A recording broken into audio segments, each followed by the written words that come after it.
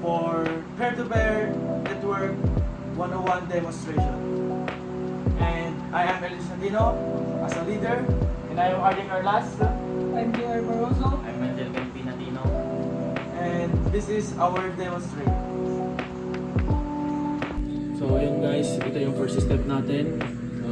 Windows R, tapos na control panel. Control panel. Tapos pumasok tayo sa control panel, click the network and internet. And network and sharing center, and go to the change adapter settings and the internet. And right click and go to properties. So ayun, pumasok na.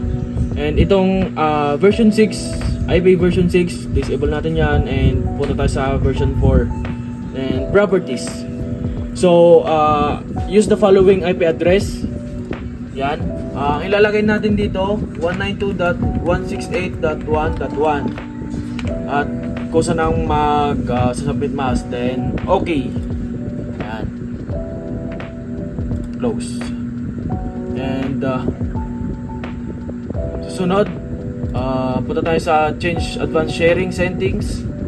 Yun, pumasok na sa advanced sharing settings. And dapat ito naka-on lagi, and isa lang ang naka-off, itong password protecting sharing. At next step, pupunta naman tayo sa second PC.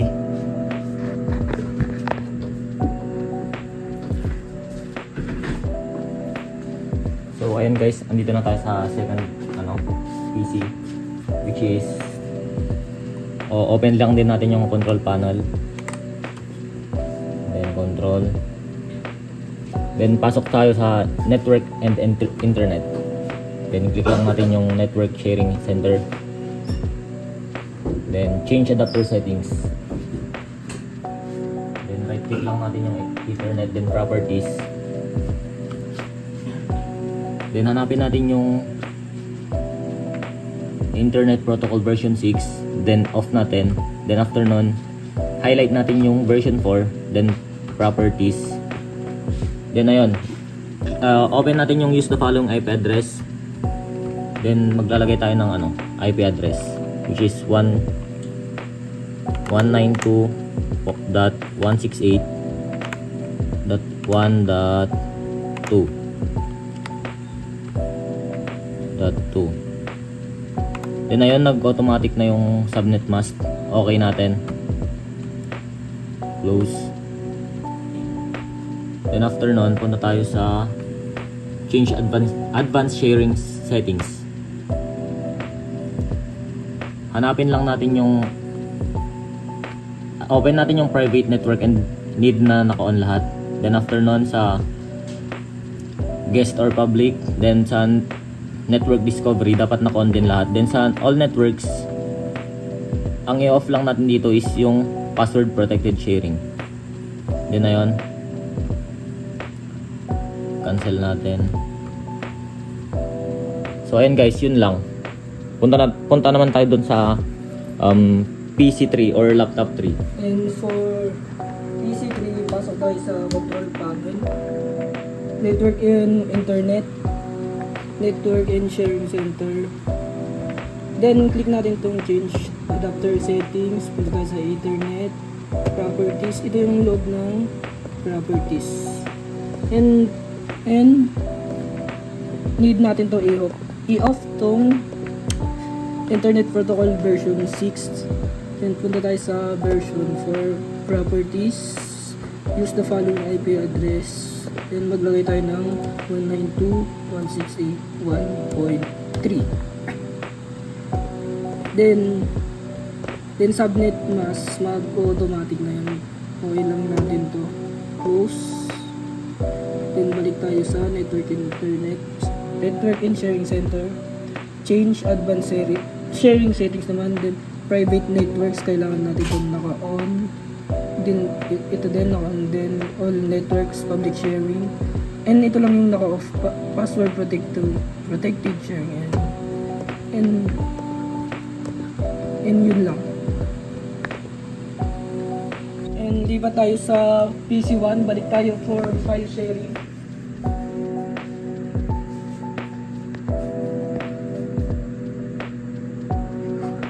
you look sa file sharing and first right click muna, tapos new folder, tapos rename lang natin to guys.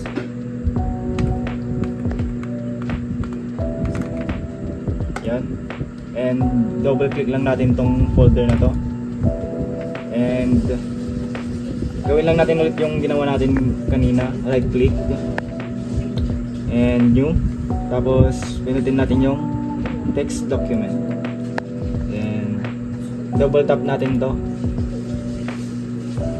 and keep changes. Yan, 101. Then back natin guys, tapos highlight lang natin tong folder and punta tayo sa properties, and next step punta tayo sa my sharing, then share, tapos pindutin natin dito guys is yung everyone, tapos add natin, tapos yung read papalitan natin ng read and write, tapos share, done. Tapos sa my advanced sharing naman guys, on natin to, tapos ay permission, allow natin tong lahat, apply, tapos okay, then apply, and yun guys. So, pupunta tayo sa CMD, Windows R, CMD, and IP config tayo. IP config. Caps lang. Sorry IP config. And enter. So, copy this one, copy, and ping, and paste. So, ayan, lalabas na siya. Then, pupunta naman tayo sa PC2.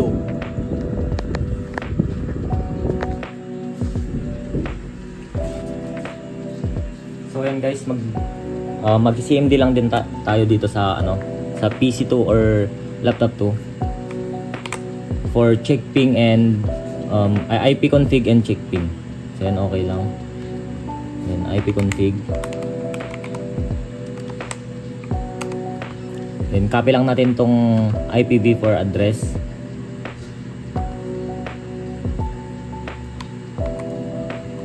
Then ping.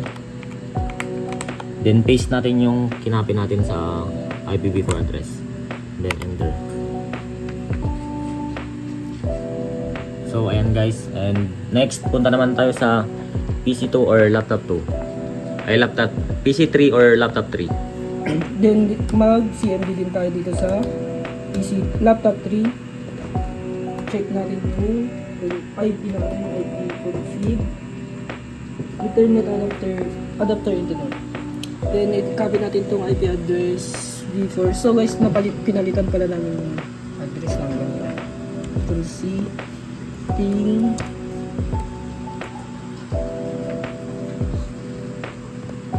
and guys, kita naman siya. Then sa yung ginawa natin yung folder sa PC1, check nga natin kung makikita dito sa PC3. File Explorer, Network, and ito yung PC1, browser. Ilagay ko lang yung username and password. Okay, ito yung ginawa natin na folder na nakikita net 101. Pasukin natin siya, ito yung laman ng folder. Yun lang. Check doon naman tayo sa PC2 if nakikita yung folder sa PC1. So ayun guys, dito naman tayo sa PC3, i-check yung ginawa nilang file sa PC1. So ayun, punta lang tayo sa File Explorer and Network. Then click natin tong browser.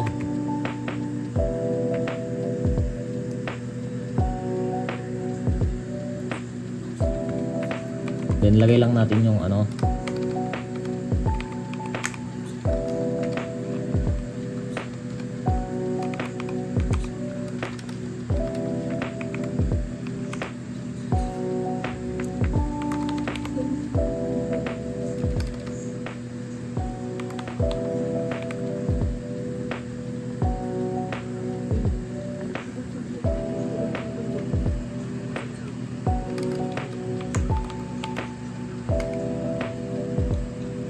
So as you can see guys, ito na yung ginawa nating file sa PC1 or laptop 1. So and guys, hindi nalagyan ng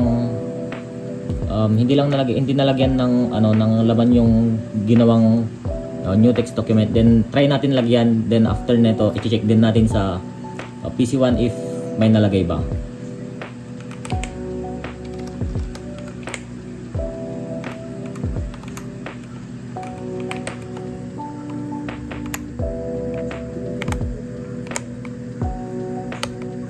Then save lang natin guys.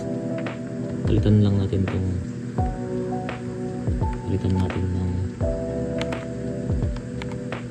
2G. Then save natin guys. Save. Then after nun, punta lang tayo sa PC1. So ayun guys, titignan natin yung nilagay ni Wenzel doon sa PC2. PC2 yun, nagkamali lang siya. So punta tayo sa folder na ginawa ni RJ. And ito yun, full screen. Punta tayo sa document. At ito na yung nilagay ni Wenzel sa PC2. Nag-attach na siya sa PC1. So ang gagawin natin, okay na to siguro. And yun lang.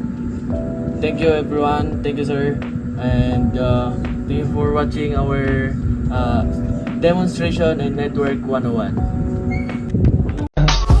I just had to let you know you're